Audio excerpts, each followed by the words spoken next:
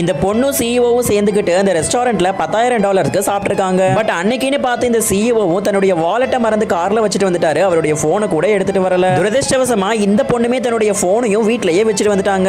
இதெல்லாம் பார்த்து அந்த வெயிட்டர் பொண்ணு ரொம்பவே கோவப்பட்டு, நீங்க மட்டும் பில்ல பே பண்ணலனா நான் எங்க ரெஸ்டாரண்ட்டுடைய ஓனர்ட்ட கம்ப்ளைண்ட் பண்ணிடுவேன்னு சொல்லி அவங்க ஓனரையுமே கூப்பிடுறாங்க.